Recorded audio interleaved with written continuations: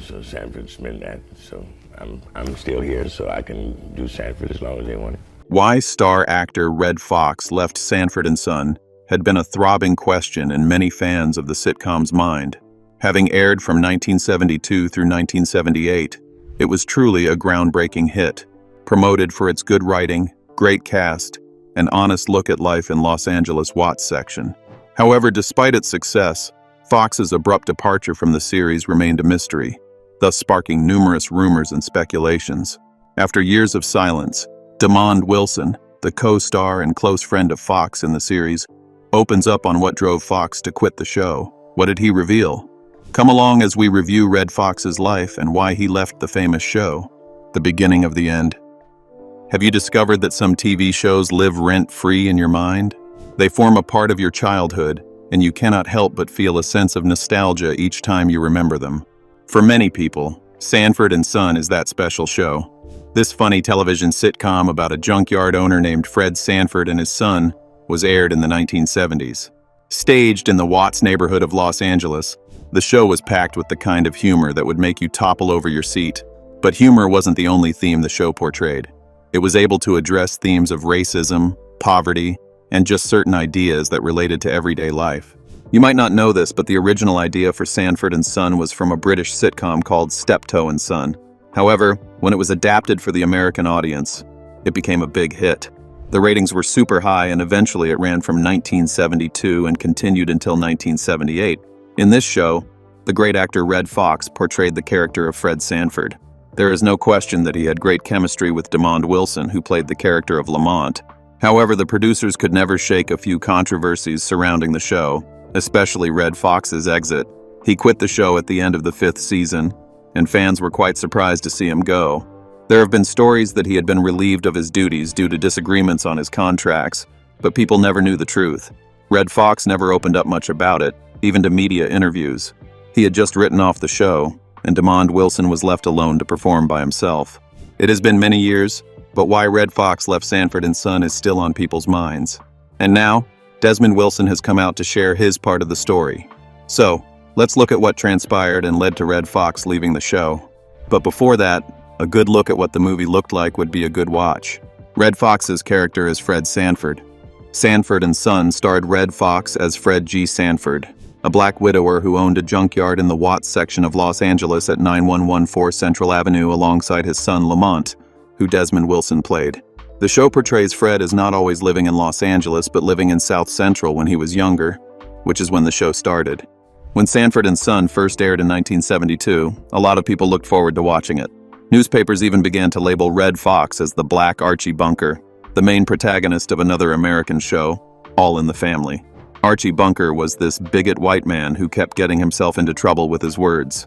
Hence, the newspapers saw similarities between them because Fred Sanford was a bit of a loudmouth troublemaker himself.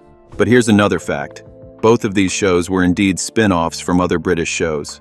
For example, Sanford Son was derived from Steptoe & Son, while All in the Family replicated Till Death Us Do Part.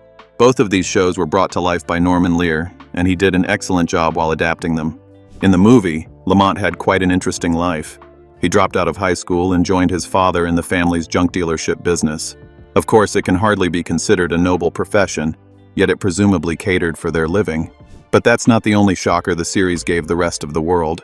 It was shocking to learn that Fred and Elizabeth were quite creative in naming their only son. The couple wanted to name their firstborn after his father, but since they had a couple of disagreements over what to name their child, they settled for Lamont Grady Sanford. In particular, Fred, Lamont's father, was quite another character altogether. He was always in a bad temper and found a lot to complain about. He was also quite a bad cook, but on some days he had quite the audacity to think himself a chef. Fred often pretends to have arthritis, which makes him limp as a result of the pain. Nevertheless, it was just done to attract the attention of people in the room. While Lamont often rolled his eyes at his father's comic foolishness, it could be seen that the young man cared for his father a lot.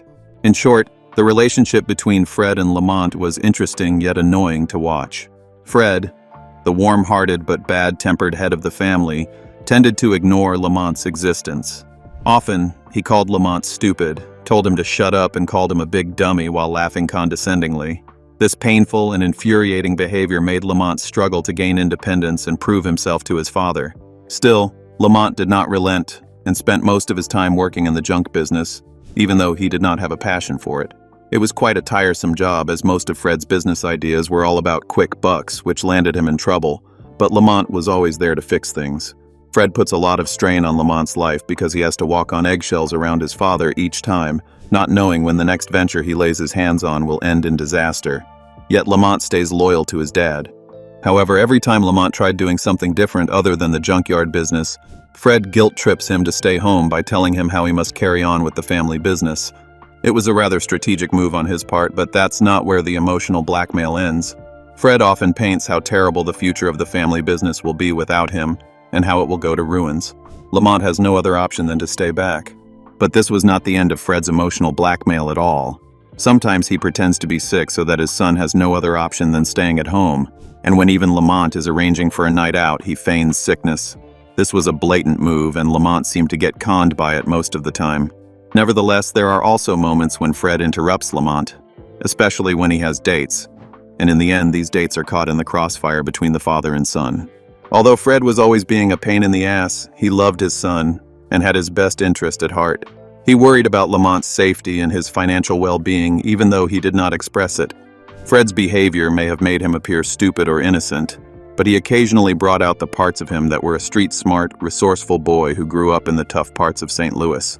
A vivid example of this was the time that Lamont invited a couple of card sharks for a poker at the house, not knowing the danger he was getting himself into. Lamont refused to listen when his father asked him not to deal with those con artists, and inadvertently, he lost all his money to them. But Fred, instead of being the cunning man he portrayed most of the time, saw a chance to teach Lamont and reclaim his son's money. So, he acted like he did every other day, and masterfully won the money his son had lost. The most iconic signature move associated with Fred Sanford was each time he faked a heart attack. During those times, he beats his chest and says, "Oh, this is the big one. You hear that, Elizabeth? I'm coming to join you, honey." This overreaction soon became one of the show's defining moments, and Fred always used it when things were not going as planned. He also rivaled his sister-in-law, Aunt Esther Anderson.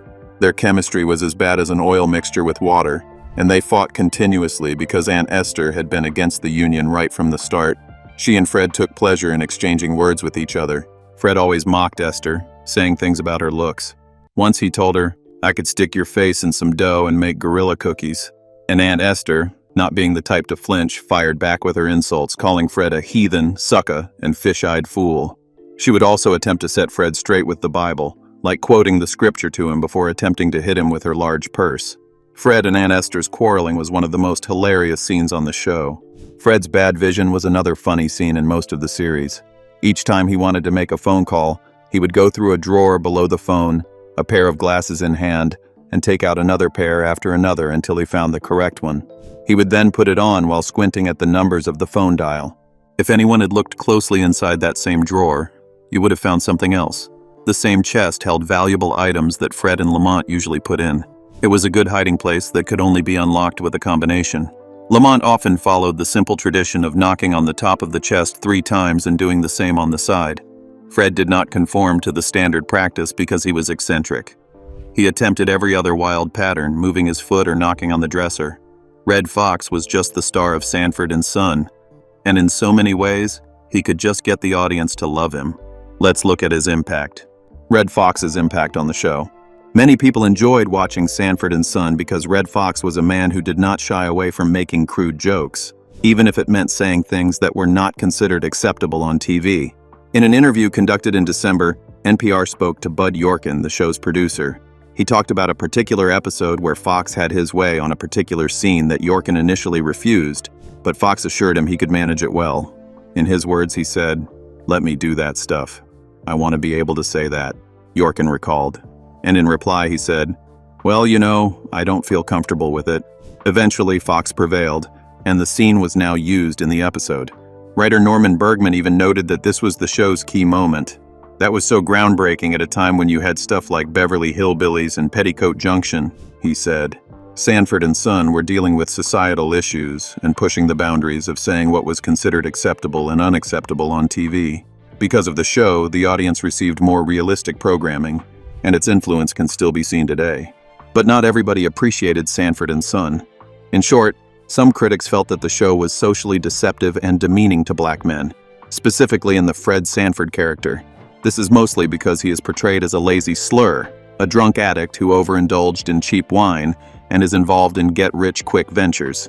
Let us recall that in 1973, black writer Eugenia Collier sat down and wrote a very important and provoking New York Times article, where she complained about Sanford and Son because it depicted black men only as brainless and worthless. Collier said that the show was white to the core, and the depiction of black life experience was with a white lens, rather than the core black people's perspective. She wrote of the importance of African American heritage. She called for images of black shows that are honest and real as opposed to images that are inspired by white imagination. Well, Redd Foxx, the star of the Sanford and Son show, did not just garner his success overnight. He was born in St. Louis, entered the world of comedy, and even appeared on many TV shows. He was featured in a 1970 film, Cotton Comes to Harlem, which eventually took him to the doors of Sanford and Son. For Norman Bergman, Fox's superb feedback and popularity result from his readiness to advocate what television neglected to discuss earlier. According to Bergman, the audience adored him. It was because he was saying stuff that wasn't heard on television before. In essence, Fox's impersonation was raw and uncompromised, and it became a regular part of American entertainment. However, with all this success, one question remains. If Foxx was responsible for making Sanford and Son famous, why did he quit in 1977? Quitting Sanford and Son. Word that Redd Foxx was leaving NBC for ABC was probably the biggest news in the industry at the time. Some people were alleging that ABC had stolen Foxx just like another giant star. Miss Walters had been stolen. But Foxx didn't view it this way. He opined that he had just left NBC behind because he was tired. He had been unhappy at NBC because it felt lowly valued, and the chance to begin afresh at ABC was simply irresistible. From Fred Silverman's perspective, it was a sure shot stealing Redd Foxx from NBC. Foxx was already famous in American households, as the Sanford and Son show had become very popular. However, Silverman realized that Foxx was getting bored, and the show was finally starting to become stale, mostly because the scripts were dull and full of silly plots that people could no longer stand. And even though the ratings were still quite good, they did not remain what they used to be. In the book The Redd Foxx Story by Michael Set star Bud Yorkin, the producer, said he was bored with Foxx. "I didn't want to do another year," he said. But Yorkin felt he still had to go on with the show because All in the Family was still on air. So they were willing to shell out a lot of money for Foxx. But Yorkin was still hesitant about Foxx's demand to topple his income. He even criticized Foxx for developing an ego problem, demanding more than just acting in Sanford and Son. Foxx had gradually developed an idea of becoming a host like Ed Sullivan, but Yorkin thought it was terrible. He wanted to be Ed Sullivan. He could do all that shit, Yorkin said. But he was the wrong guy to play a host. What is he going to say to somebody? That's so sad because this comment just exposed the tension between him and Foxx. ABC announced the news that sparked controversy on the 8th of April in 1976. The network said they had invested heavily and hired Redd Foxx on a multi-million-dollar deal to not only act on a show but also produce it. The agreement was expected to go into operation in the fall of 1977. Fox's producing activities would be housed in the company FOX Productions, Inc., a subsidiary of Redd Foxx Productions. In a statement, ABC's presidents, Frederick Pierce and Fred Silverman, said the following about Foxx. Foxx is a consummate entertainer whose creativity and versatility have yet to be fully tapped on television. They also shared their anticipation of the production's future by Fox's company and the possibility of collaboration in the future. Fortunately, this announcement was a big win for ABC since it would air the most popular actor of the time. In the same way, leaving NBC set out to be a major setback for the rival network. In one of the interviews, Foxx couldn't help but take a playful jab at his former network when asked about his transfer to the ABC network. "I changed networks because of the initials ABC, a big contract," he joked. But when he invited a group of reporters to his beautiful house on Mulholland Drive, he adopted a serious tone and used that time to vent his displeasures at NBC. Foxx remembered his experience with NBC's executive Herb Schlosser 2 years before. In that meeting, he recalled he had some ideas and had gone on to ask for development capital. However, NBC did not follow up on that subject after discussing it. Frustrated, Foxx said, "I flew to New York 2 years ago to suggest some ideas to NBC and get some development money. They said they'd get back to me, but they haven't yet. I could have had 2 babies by now." From that, You could tell that he felt that NBC failed to appreciate him and abandoned them for ABC. The bitter verbal battle between Redd Foxx and NBC continued and even worsened. NBC officials responded to his claims, saying that the network did not find any of Fox's ideas appealing. Foxx, however, refused to believe that NBC did not see what he could offer and what he could bring to the table. One of Fox's several complaints was that he was never given an NBC primetime special, as he already believed he could have demonstrated his potential in producing for NBC. "They never asked me to do a special.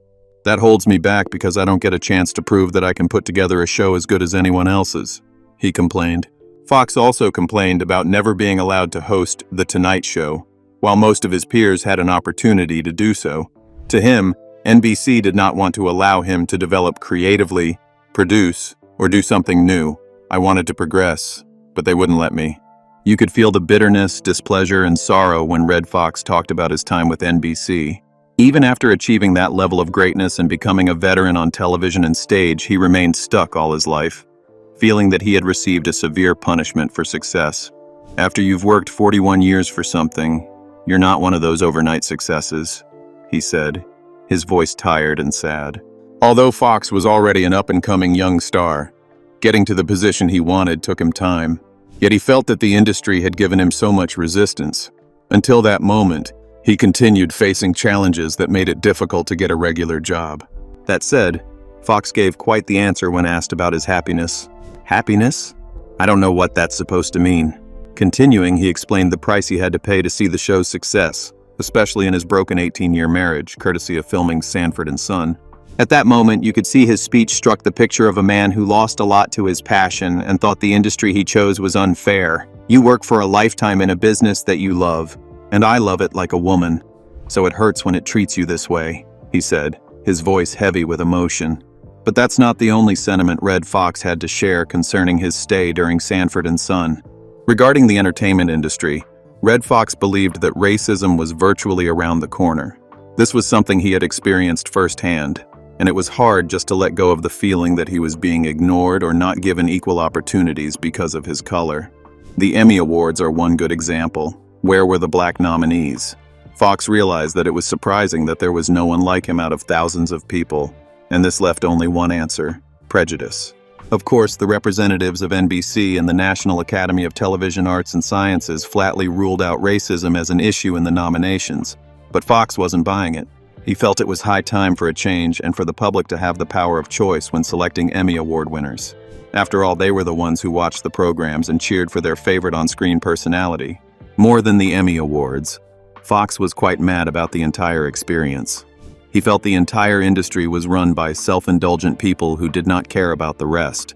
To him, you were out of luck if you didn't belong to the right group or know the right people, or perhaps Cordon Bleu or Moet Champagne. This was the system Foxx believed was against people like him in an area he could not ignore. Yet, even though he was experiencing a lot of trouble during his time shooting Sanford Son, Foxx successfully found a friendly working relationship with his co-star Demond Wilson while shooting for the TV series. Well, that was something. From their on-screen chemistry between Foxx, who portrays Fred Sanford as the father figure, and Wilson, who portrays Lamont Sanford as his son, both of the actors embodied their characters so well that the audience couldn't tell the difference in ascertaining if they were a real father and son. However, the interesting part was their on-screen chemistry wasn't always there. For the first few weeks at work, Foxx and Wilson hardly exchanged words. They would just nod and greet each other properly, but that was all. All of this changed during a photo shoot. A photographer once asked Wilson to pass his head through a tire and smile, which sounded like such a crazy idea. Wilson declined, and Foxx was inspired by his courage to fight for himself on set. When Wilson came out of the photo studio, he heard Foxx shouting, "My son!" And as he turned around, he saw Foxx smiling and walking just behind him. After that time, the two actors became good friends, and their friendship added a great deal of emotion to their connection on set. Looking back at his time working for Sanford Son, Demond Wilson seemed to recall a fond childhood memory. He said, "Redd and I were like father and son on and off the show," as he smiled warmly. "We first became friends as soon as I met with Redd. The chemistry was automatic and we were a team on and off the show. The friendship they shared was such that if somebody had an idea that he wanted to pitch to the other person, They knew they had to get past one of them first. Whatever they said to Redd, he said, "Go ask my son. Whatever he wants to do, that's what we'll do." However, the dynamics of their relationship changed when Foxx decided to leave the show, as Wilson had to sorely accept that Foxx made his decision to exit from the show without informing him. I wasn't so much upset about him leaving the show because I was getting a little tired of it myself. It was more that he left without consulting with me. You see, we have always consulted with one another. Unfortunately, the two did not communicate again, and Wilson only got to meet Foxx again just before his demise in 1991. "I saw him in 1983, Wilson recalled. "We hugged, we cried, and we kissed." Wilson did not grace the event at his funeral, mostly because he did not believe in the idea of funerals. "I do not do funerals," he explained. You must be wondering why Wilson allows his beliefs to influence his decision to attend his best buddy's funeral. Well, according to the Egyptians, they bury people who have left the earth the next day, and that's how he thought it should be. However, African Americans keep their body out for 2 weeks, waiting for one uncle and another aunt to come from wherever they are based. Today, it can still be seen how dedicated Damon Wilson was to Redd Foxx. Even after Foxx left at the end of the 6th season of Sanford Son, Wilson supported his decision. He did not continue the show without his partner, and would only continue if Redd was in it. The producers had other plans for the show, though. They felt that Foxx had to be replaced by Whitman Mayo, an equally famous actor in the show. But Wilson was not having any of it. In an interview, he mentioned the producers wanted him to take publicity photos with Whitman Mayo on board, and he rejected them. Not long after, word reached Redd that Wilson was on business.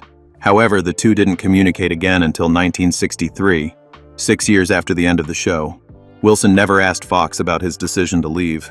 Perhaps he chose to understand that an actor should honor his colleague's decision. That was his choice, Wilson stated justifiably. Years later, Foxx's life was tragically ended in a very shocking and eerie manner. Foxx was admitted to the hospital on October 11th, 1991, after having a heart attack on the set of the CBS sitcom, The Royal Family. At first, Foxx's co-stars initially thought he was faking the heart attack, having been one to fake so many heart attack scenes on Sanford Son. So as Foxx lay on the floor, stretched out helpless and unable to rise, they noticed something was amiss. Before he lost consciousness, he whispered, "Get my wife." From there, he was taken to the hospital, where the doctor certified he wasn't breathing again. Eddie Murphy, who worked with Foxx as a producer on The Royal Family, later described Foxx as the most naturally funny person he had ever known. Foxx's comedic brilliance made people laugh even after the comedian was gone, and his demise will forever remain etched in our hearts. Now you've seen the tragic ending of Redd Foxx's story. How much did he impact your life? Feel free to share your views in the comments. Thanks for watching. If you enjoyed this video, please like and subscribe to our channel. Before you go, explore the other videos displayed on your screen.